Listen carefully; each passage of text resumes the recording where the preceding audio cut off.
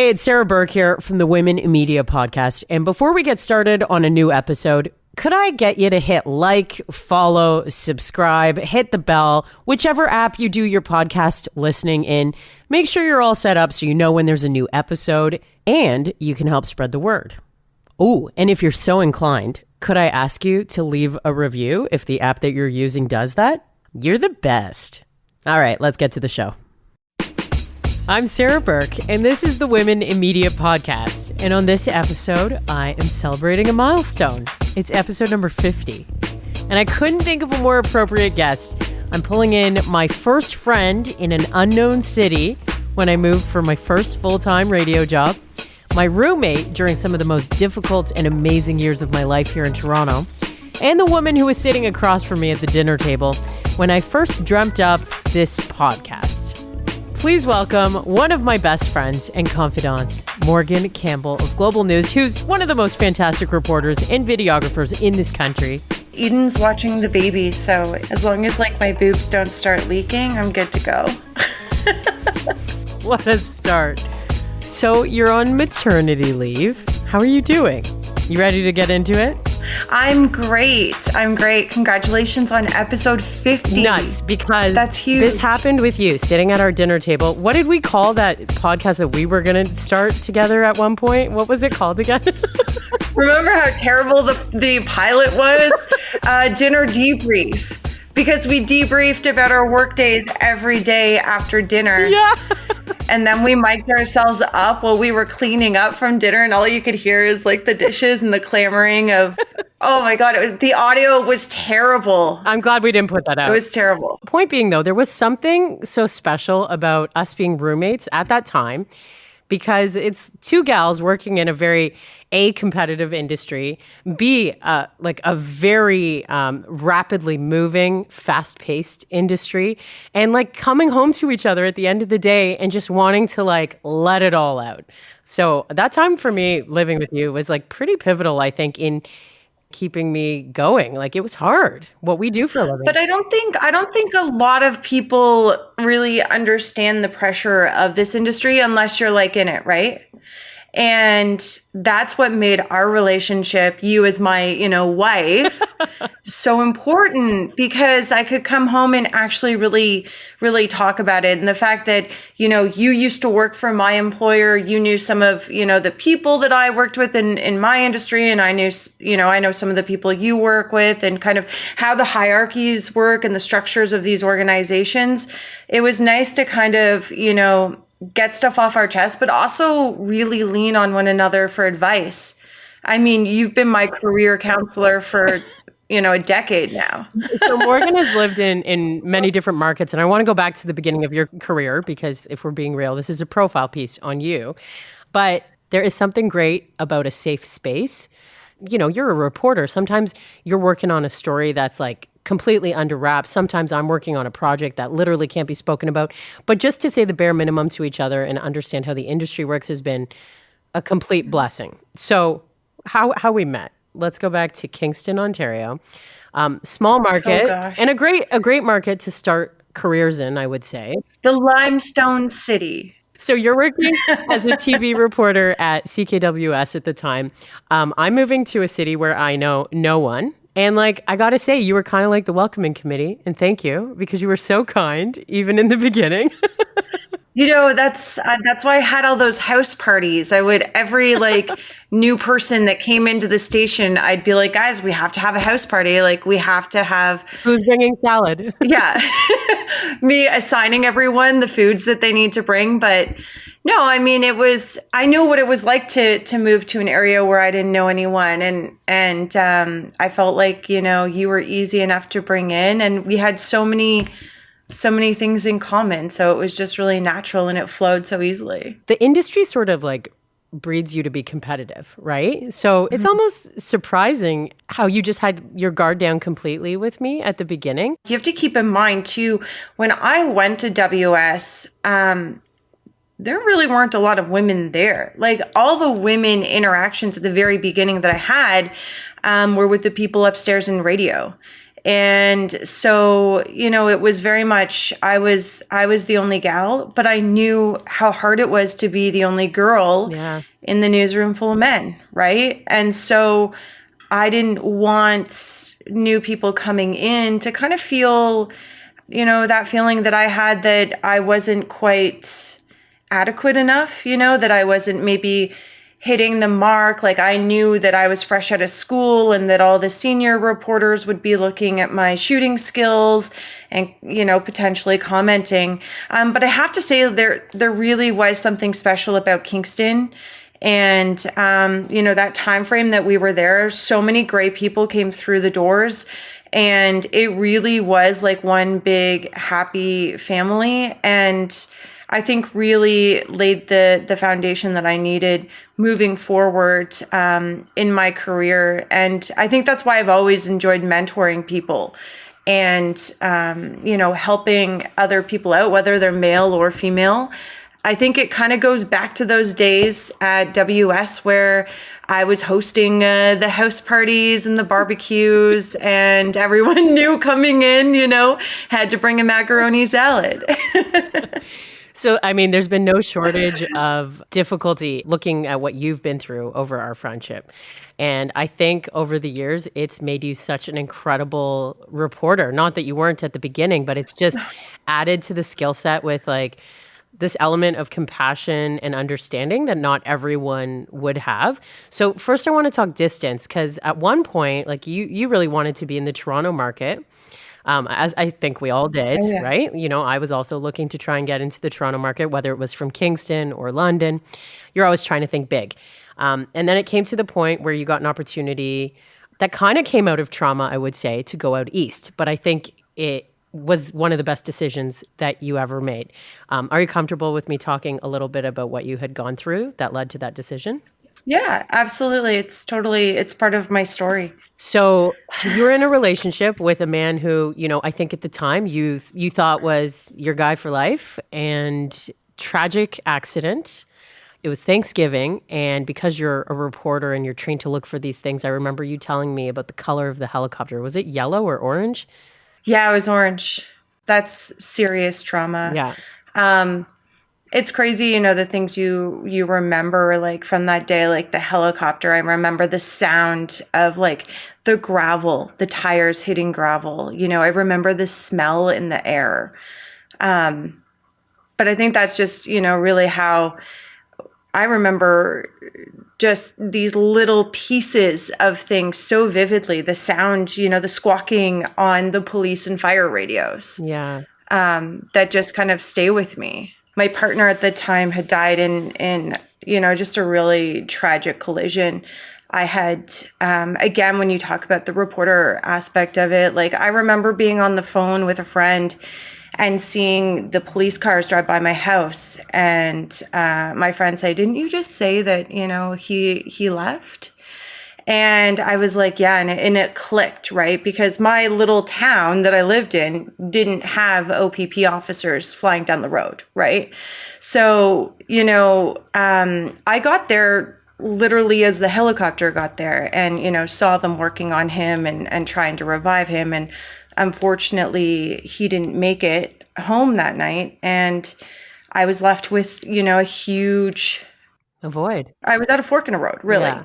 I could be just completely encompassed and wrapped in my grief, or I could choose to use it and as a learning situation and move forward. Now, I took, maybe 2 months in my grief. I was sleeping on the floor. I was hardly sleeping. I wasn't eating. I mean, all the things. It was terrible. But I came kind of to that moment where I thought, well, I can't live in this house that we just bought anymore. Like, I can't have all these daily reminders. Maybe it's time for me to go and do something else and go somewhere else. And that's when I saw the opportunity at Global Maritimes. And I moved, I applied and got the job. I think a lot of young reporters, young people in the industry, take that chance and go somewhere new. But for you, it was kind of in the middle of your career. Was it harder to pick up in the middle of after already establishing roots in Ontario?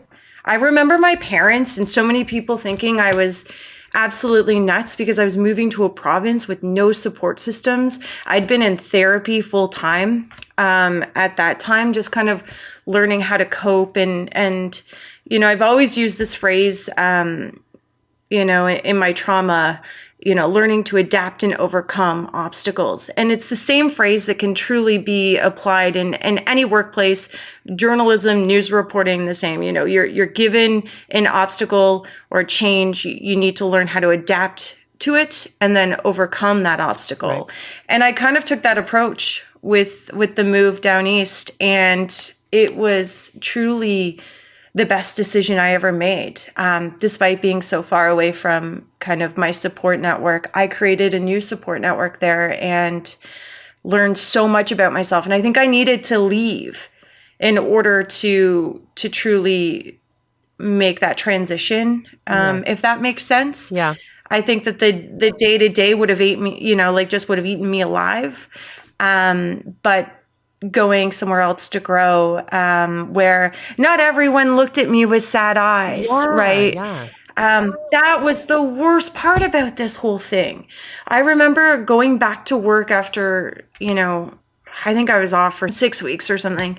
And there was an MPP, and I'm not going to say her name, out of respect, because I think that sometimes people say and do things that, they maybe think of after and think, oh, I shouldn't have done that. But I remember going to a press conference and the woman saying, the MPP of all people saying, we're just so happy to see Morganne back with us, joining us. She's just, suffered such a tragic loss. And Morganne, please know that you're in our thoughts, and we're just so happy to see that you're getting better. Kind and genuine. Right. Definitely. But coming from a politician in a room front of, and full of people at a hospital announcement, that literally ripped my heart out. I remember another reporter looking at me saying, "Are you okay?" And it was like everything in me. And it was kind of at that point that I thought to myself, you know what? Maybe change is better. I used to call them sad eyes. People just like, oh, the way that you look at someone who's sick or something. Yeah. Yeah. So grief aside, I think that there are certain things that you would have appreciated more at that time. Even looking at it from, someone who may have been interviewed in that situation as like a victim, right?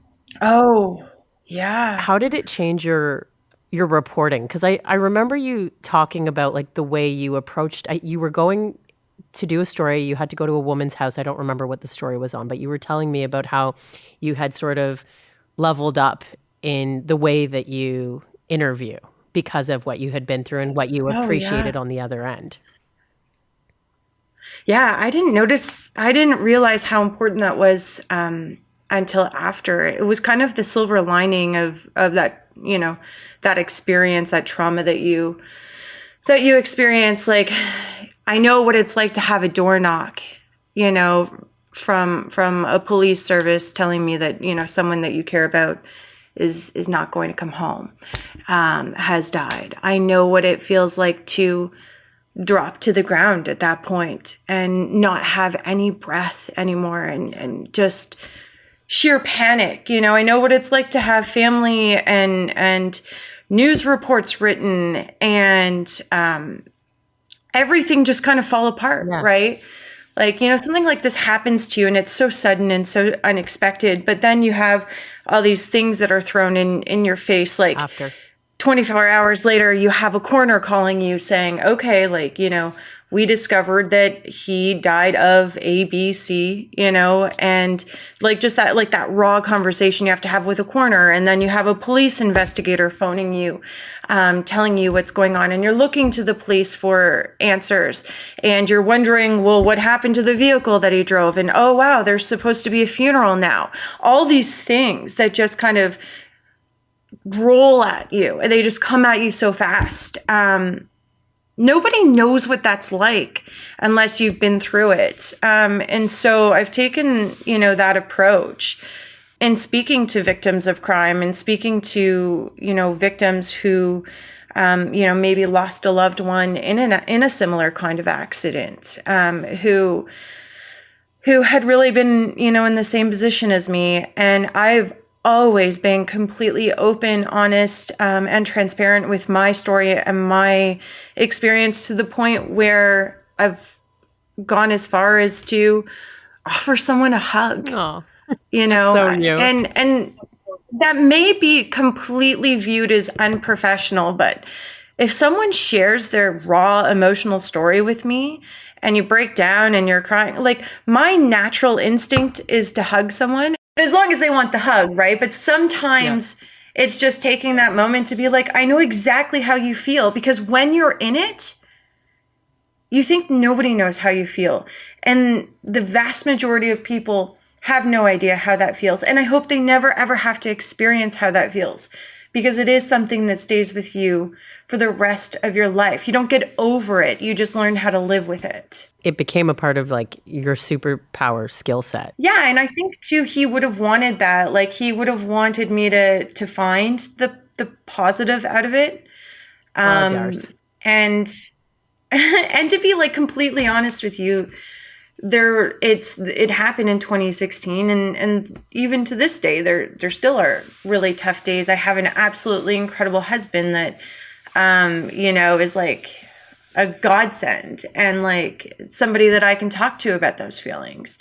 And, I would be lying if I said that I don't still have, the odd glass of wine in the bathtub and have a little cry. Yeah. But I think that's all part of the healing experience, right? And that's all part of, again, learning to adapt to something and to move forward, but not to forget. But I think it's definitely changed the way I write stories, right? Like, I know that raw emotion. The lens of the sad eyes, right? Like, you don't want to put someone else in the sad eyes. You want to put someone else in like a more empowered place. Yeah. And something else that really got me too is how upsetting it is to me now to see kind of like,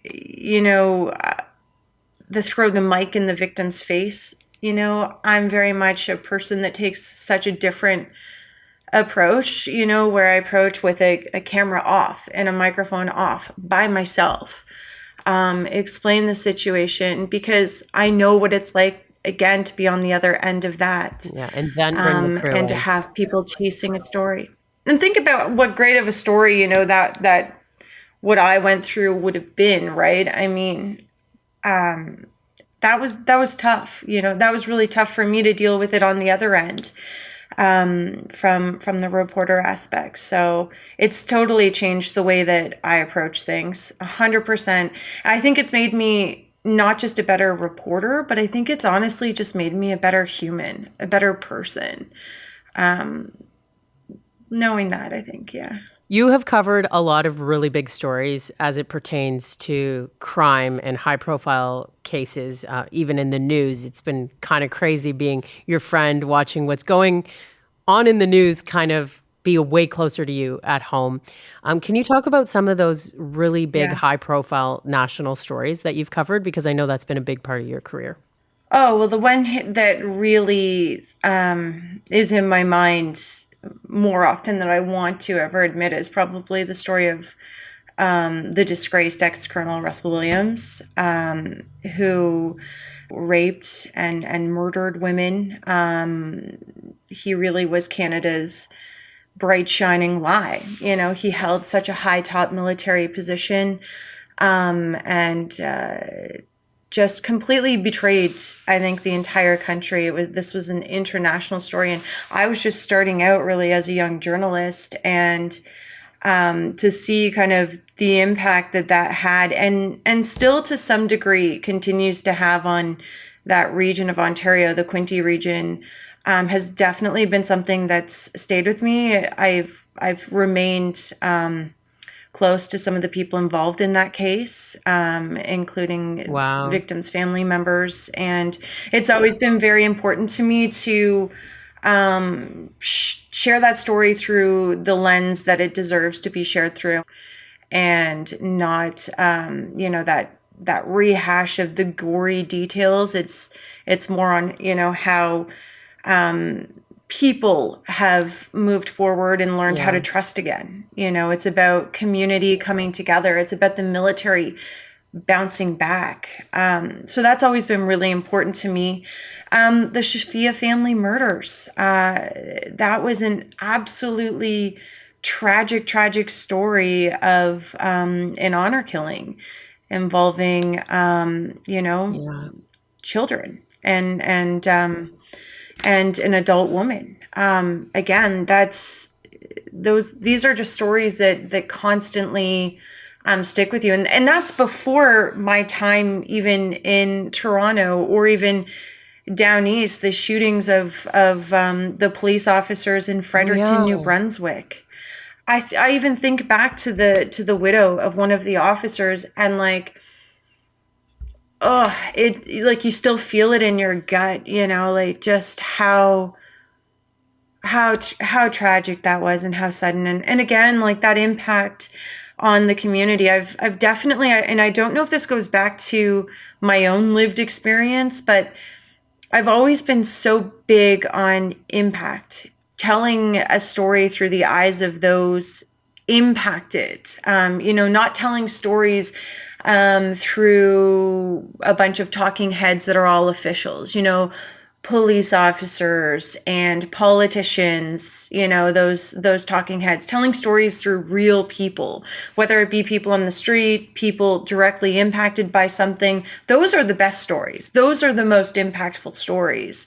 There's a catalog of stories. I even think about some of the stuff here in Toronto. There was a shooting involving a young kid at near Jane and Finch that has definitely stayed with me. I interviewed a woman, a little girl was in her bed, and there was a bullet that went through her room, just a young child. And meanwhile, a boy, I believe he was 12 years old, was, just killed in broad daylight walking back from the grocery store with his mother. How do you comprehend these things, and there's definitely been, a lot of tragic stories, but I've had a ton of, really incredible stories as well, and learning and experiencing things, like even going back to the floods in Fredericton, and that area a couple of years ago. They had historic floods. People just inviting me into their house. Like, I actually have a video of this elderly woman whose house was raised really high. The Grand Lake floods into her backyard and just covers everything. And to picture it, you have to think about like being on the second story of your house, right? And that's where she was living, because the whole first floor was underwater. And I got there by boat. And there was a deck, and she came out onto the deck, and she was like, "Hi, sweetie, like, thank you so much for coming and telling our stories." And she gave me a bag of chocolate, because like Easter was on the weekend. And I don't know if I stole the chocolate from like her grandchildren or something, because obviously they couldn't visit that year. But she gave me this huge bag of chocolate, and she was like, "Love you, sweetie, thank you." And then like later that day, I ended up going into her house and having tea with her and her son. And like, she wanted to feed me and everything. And I'm looking at her and I'm like, everything you have is like underwater, and you're worried about entertaining me. Like, your garage is gone. Like, the man cave outside is gone. Like, you don't know where your boat is. Your vehicle might be underwater, might just be like down the river somewhere. And like, she just was wanting to like visit with me. It was absolutely crazy. That's truly, folks who live in the Maritimes, like, they're just such special people. And I think also, like, kind of going back to that trip, I call it a trip because it didn't feel like work, but my time out there, it made me learn so much about like what is important to other people. I find in Ontario, we have a very narrow approach to, some of the news stories that we see, right? A lot of it is about, and they're important stories, healthcare and budgets and those, the pandemic as of late. But when I was down east, things that were important to people there, completely different. The lobster industry, rules imposed by the federal government on the snow crab industry, natural disasters, the endangered right whale. The fact that they changed the kind of salt that they used on the Trans-Canada Highway, which, ultimately led to more accidents. Totally different set of importance. And I think that in part of my decision to go out there, I went out there with an open mind that I was going to learn about stuff that I would never be exposed to in Ontario, because I think the only way you can be extremely well-rounded in this industry is to kind of spread your wings and go somewhere else and learn about other things that you're not necessarily always exposed to.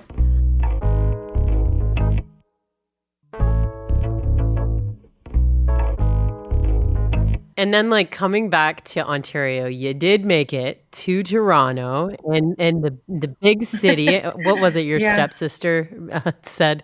You'll be in that big city drinking your Starbucks. It's funny because there's a period of my life when Morgan and I were in a long distance relationship, and it was like I knew when she called, I would have to set aside, I feel like I said this in your wedding speech, I would have to set aside a good hour or two, because when we were going to talk, it was going to be like a full-on throwdown, like you're not doing anything else for 2 hours. I was in the process of breaking up with my boyfriend. He's sitting in the living room. I'm on the phone with you. You've called out of nowhere. And I'm trying to like be excited about you moving to Toronto, but I'm also trying to like in code tell you I need a roommate. Oh, yeah. And what a weird thing for both of us to go through at the time. You were going through a breakup too.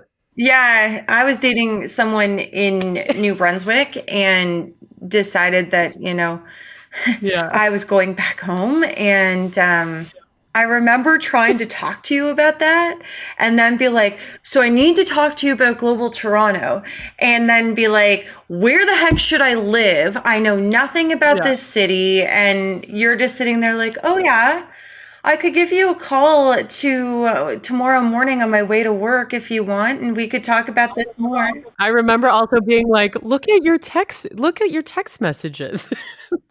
I'm like texting. Anyway, point being, we end up living together.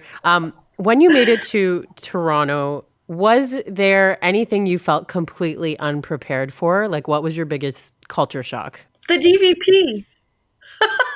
Even me, like, starting my career in London, Ontario, when I moved back to Toronto, and I technically grew up in the GTA, I was still having that culture shock. And I only drove downtown on my routes to certain places. It's not like I had all this experience navigating the big city either. So yes, the DVP. But what about like work culture? I was really nervous about what I would be walking into. How competitive is it going to be? How welcoming and inviting are people going to be? What am I going to have to do in order to gain the respect of my colleagues? And you probably remember, like, after my first day there, I couldn't wait until the next day to go back. Like, my colleagues were absolutely incredible. My managers were just absolutely incredible. Everyone welcomed me with open arms, and really, like, no, I was so worried about that. I was worried about potentially catty women. I was worried about competition. I still remember when, like, ace reporter Sean O'Shea, like, came up to me and introduced himself to me, and I was in awe. Like, you have to know, like, when you're out there in other markets, there are reporters who you're watching and learning from. And, I was huge into consumer SOS and Sean's approach. And he was just like so kind, asking me questions about myself. And I could hardly even talk, But even like Farah Nasser, like, she was absolutely incredible, showing me around, like, before I actually started and I came in to meet at the assignment desk and the managers and stuff. And, I remember she, like, was just walking me around, took me in, introduced me to the makeup artist, took me upstairs. She's like, you don't have to wait in the waiting room. Yeah. What are you doing? And it, like it was just like, oh my gosh, she was the anchor then. The anchor like just took me in and treated me like an equal. So that was really, really great. Also in the Toronto market, the ability to cover maybe more high profile stories. I know you started doing some reporting for Global National, which you were always very excited about when we were dinner debriefing. You're sort of witnessing and experiencing some trauma through others. What type of resources were available to you in that situation so that when you come home, you're able to let go of the day and you're not bringing home the stress and the things that you've seen? Sometimes we have to Oh talk yeah. about PTSD a little bit here.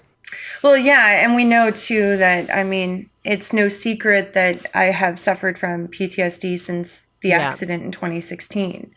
I'm a huge believer in therapy. I still partake in therapy. I think we've been really, really lucky with Corus Entertainment. They've been very supportive of, kind of mental health check-ins and making sure that we are given the resources needed, including access to therapy and therapists and whatnot. So that's been great, but it isn't easy to leave those images, Right. in the field. Like I think of, and I was pregnant when this happened, so I don't know if it just impacted me even more, but there was a woman in her 80s who was run over by a street sweeper in Toronto. It was terrible. It was absolutely terrible. And I remember I came home and my husband, who's a paramedic, checked in on me, and we're huge in checking in on each other's mental health in this household. And he said, I had one of my colleagues who had been on the scene call me to check in on you, and she knew how it impacted her having to see it. And I didn't see anything near what first responders would have, right? But the fact that even that was happening early on in the pandemic, I don't know if you remember the Zoom bombs. Oh, yeah. Oh, this was terrible. We were doing, I was on a Zoom call. It was a press conference, so it was open and didn't have a password. The Zoom meeting was bombed by someone who was sharing very inappropriate videos of children. I mean, now actually that I have a baby, I've found that that's kind of been coming back. And I've been thinking about that because it was horrifying. Like, I mean, I called the police. There was someone in our resources department who also had been monitoring the feed, and he witnessed it. I called my boss crying, and I just couldn't even breathe. It was terrible. And we filed police reports and provided all the information that we could. But like that again, I mean, here we are a ways away, and it still does impact me. I guess even when we were all locked behind closed doors for the most part, it's really highlighted the importance of continuing to just talk to someone. And if you don't want to talk to a professional, that's fine. Talk to a friend, talk to a family member. There were lots of times I spoke to you about it, and sometimes it's even more important just to have a check-in on those people that you care about. I said this the other day, being on maternity leave right now, so many people, will message about how's Finley, but not everyone will say, how are you? Right. And I think that everyone kind of has a role to play in shifting how we think about those things. Because we all live in a really tough time. We all see things that are going to impact us. So you're bringing me into this next subject, and I'm not going to lie. I know you very well. And you're what, 6 weeks postpartum right now? 7, but who's counting? We're the same type of person when it comes to like work ethics in the professional part of our lives. And you've worked your ass off for so many years to get to where you were. I want to talk about you even coming to the conclusion that you were ready to have a baby and go on maternity leave, because I know that wasn't easy for you. But my invite for you to come on this podcast Yeah. right now, yes, of course, episode 50, and you're one of my people. But like, I thought to myself, if I know Morgan right now, she's grappling with her identity because she's at home with a baby, and I know she misses work. Yeah. This is gonna sound terrible to say this like out loud, and like, please, bosses, like, don't give my job away. I'm actually shocked at like how little I have thought about it. I think what I miss, are the headlines and like being out there and seeing the stories, but like having kind of this new assignment of keeping this little human alive and trying to I don't know, find sleep where you can. I think that's why my thoughts are always so like jarbled, because I'm just literally running on fumes all the time. But yeah, like it's kind of tough to be sidelined. One of my colleagues called me yesterday and he was just like talking about everything work, and I'm like, just tell me everything. Like, what was, X meeting about, and how did you enjoy being on, this show? And he's like, Morgan, I'm on deadline. Like, I got to let you go. And I just kept, me talking and talking, wanting to know, like, what's up? Morgan, it's a Starbucks drive-through. We can't be here for 2 hours. Yes. But you can, those are where you find the best stories. Water coolers, Starbucks drive-throughs, the Brick. This is not a paid partnership with the Brick, by the way. No.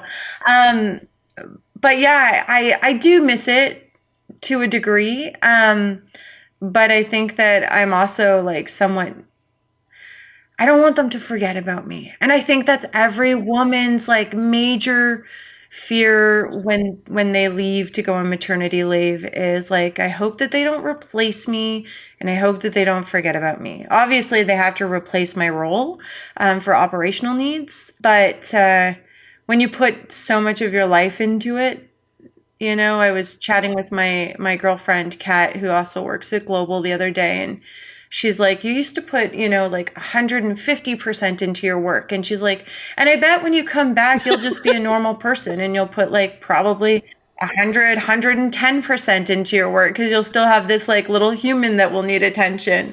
And the way she put it, I was like, yeah, okay, I can get behind that, How were you when you found out you were pregnant? Because I know that that's like a big part for women in this industry of like, how early am I going to tell my bosses? Like, how do I want this to go? I was really nervous at the beginning because obviously, for obvious reasons, accidents on the side of a highway, toxic fires, me carrying gear around, because I'm a trained videographer and carry cameras and tripods, and I don't carry light gear, and I had suffered a miscarriage previous to this, in that I was quite protective of the pregnancy. I really, really wanted to make sure that I did everything I could to ensure that it went well. So I actually phoned my boss at 8 weeks and told him at 8 weeks. And I said, here are my concerns. Like, I don't want everyone to know, but if you could kind of have a hand and maybe have some of the stories are assigned, maybe pairing me with someone to work with. And he was absolutely incredible. He never let me down once. I was always, taken care of in that sense. And if I didn't feel comfortable doing something, I felt empowered enough to be able to say something, that, like, this is not good for me today. And I think that I was lucky in that sense. And I know that not everyone has managers like that. And I may have had a more positive experience in comparison to others. But I also think I tried very hard to be direct in what I needed and what I wanted. and knew that if I couldn't get that, I would even have a union to help support me in ensuring I know that you've I had a do great get management experience, which is lovely. What's your experience? What's your experience been with Yeah. like even working through the pregnancy? One of the last conversations I had with you before you gave birth was you were recording in your closet, and then you literally went to the hospital. Oh my gosh. So this is how insane I am. I literally put my end date for work one day before my due date. Crazy. I remember like my manager being like, it's great that you want to work until that day, but like, are you aware that, these things kind of have their own schedule? And I was like, yeah, don't worry, it'll be fine.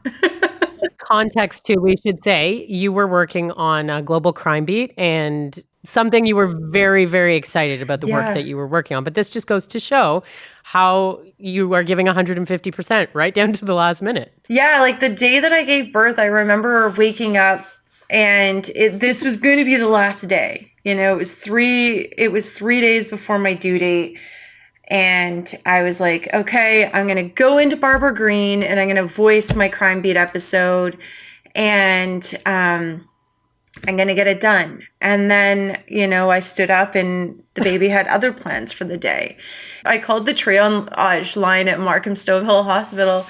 And I was like, but like, it's not that serious, right? And they're like, you need to come in.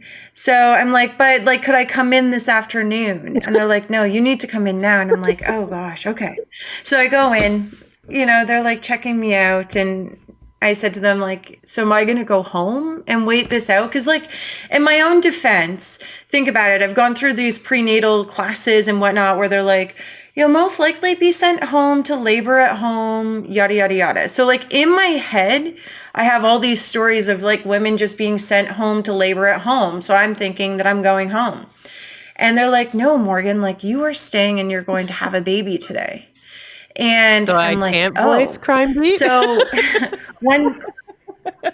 so it's like one thing leads to another. And I'm like, well, when? And they're like, in 10 minutes. Like we had to do an emergency C-section. The baby, I had been leaking meconium and it was important to get in there because it was impacting the heart rate. And I think that it was like there was a bunch of shock, right? Like the C-section wasn't on my plan. I'm petrified of like surgery. And then like on the other like my other part of my brain was, I was like, oh, I wonder like who's going to call my boss, to tell them I'm not working today. It's like, I didn't even have a chance to process it.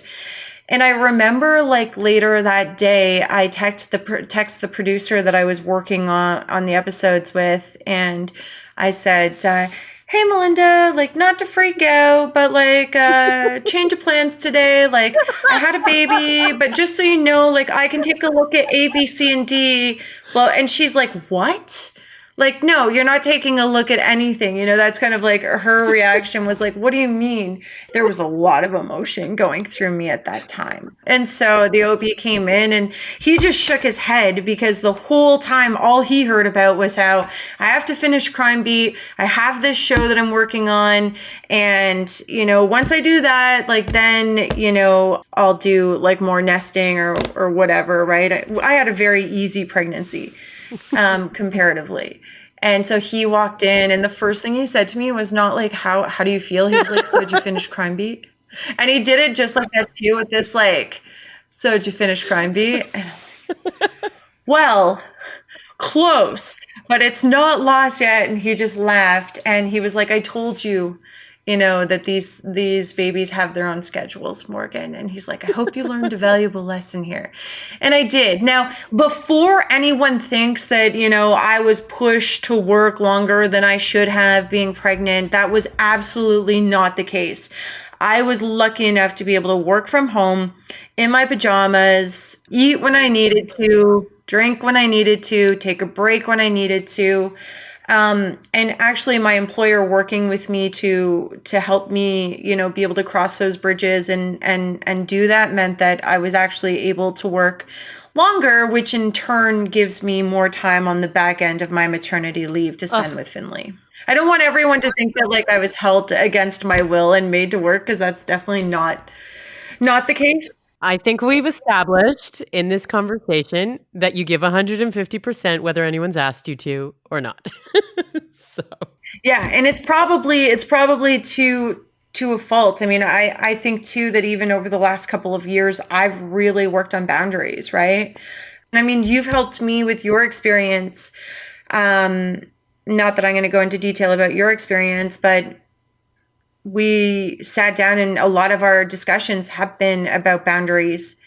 At one point, we shared the same therapist who told us the same things, right? Like this, it's so important. And I think that it's even more so important when you're expecting to make transitions in your life, right? And ensuring that you know what you want and what is acceptable and what isn't acceptable. Because if you don't say something, you know, the same thing's going to continue to happen. So I was happy that I actually had established those boundaries that I needed to establish prior to this. Yep, very good point. So a couple things, you know, I want to look at future here. So first of all, people can watch your Crime Beat coverage it's on Global, and you can also watch it on Stack TV. Do I have that right? And Amazon Prime, the Global TV app. The episode is going to air in February. We're still kind of working out an air date. But it's a two-part series on the Russell Williams case, revisiting it. We've landed some exclusive interviews. And to be honest, it has been such an important project, having been so close to that story so many years ago, having grown with that story, living not far from where everything happened. It was important to me to really take carriage of that story. And I think that's why it worked so long, you know, to ensure that it was given the justice that it needed and that it was, that it's told in a way that is respectful. So that airs in February, and then we'll share links and stuff when it comes out. I also wanted to quickly touch on the fact that you became a professor over the last year. Oh yeah. How has it been working with students through Seneca? Oh, that's probably the most rewarding thing I've ever done. Like, oh gosh, I love them. I love the students. You know, I had some like just remarkable kids who wanted to learn. That experience, like I learned so much about myself. And I learned so much about even just like, you know, that younger generation. And it was so great to be able to share my experiences in the industry and to see these students grow from day one where, you know, they didn't know any TV terms. Some of them hadn't really even watched a lot of news, to where they landed at the end. I'm looking at some of these students thinking like, you could easily be an editorial assistant right now. You know, you could easily walk into a newsroom. Your shots are good enough that a TV station would buy them. You know, if you were a freelancer, watching that growth was absolutely incredible. And the other so I taught in the media program, but I also taught a workshop for new Canadians through Seneca as well. They had some media background, but it was, you know, a course that would help them transition into Canadian media. That was even absolutely incredible. I mean, we're talking about people who are generally adults. You know, on our workshop, like Saturdays, it would just be amazing to sit there and I'd always I ordered pizza and we'd eat the pizza and I'd be like, so tell me, you know, about your home. Tell me, you know, about some of the stories that you covered.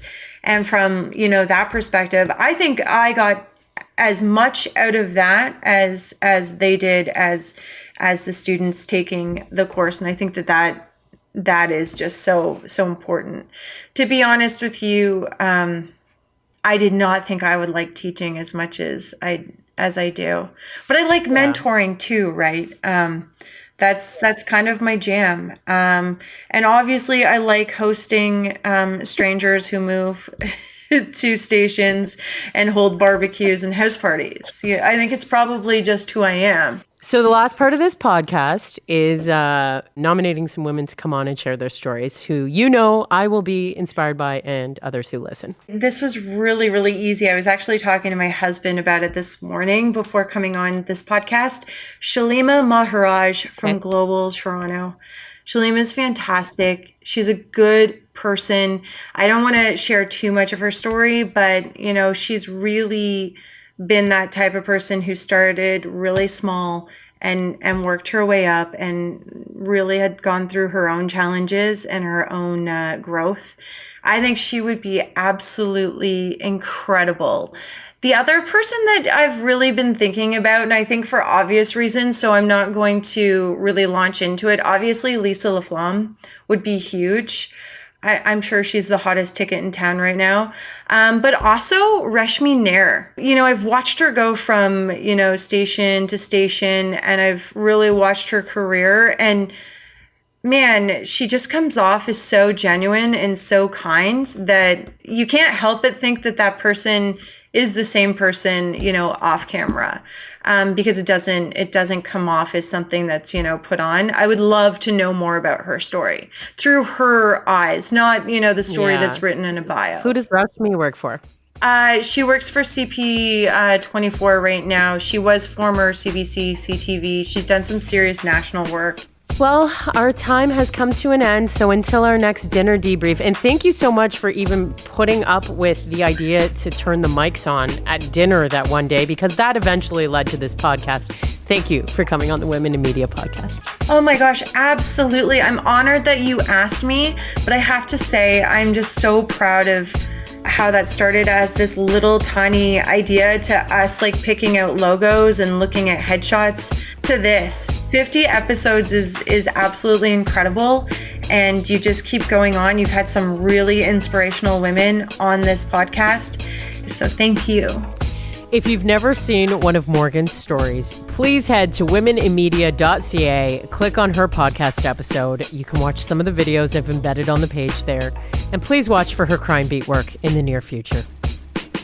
Up next on the Women in Media podcast, please join me for a conversation with Robin Stewart, the Executive Director of the Canadian chapter of Women in Music, who has some very exciting announcements on the way. Until then, thanks so much for listening.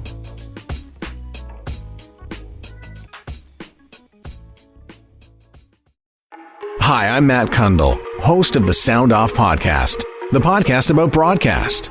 Every week since 2016, we've been bringing on broadcast leaders to talk about their experiences in radio, what they've seen, and where they believe it is all going. If you live and love radio, subscribe to the Sound Off Podcast with Matt Kundle wherever you get your podcasts.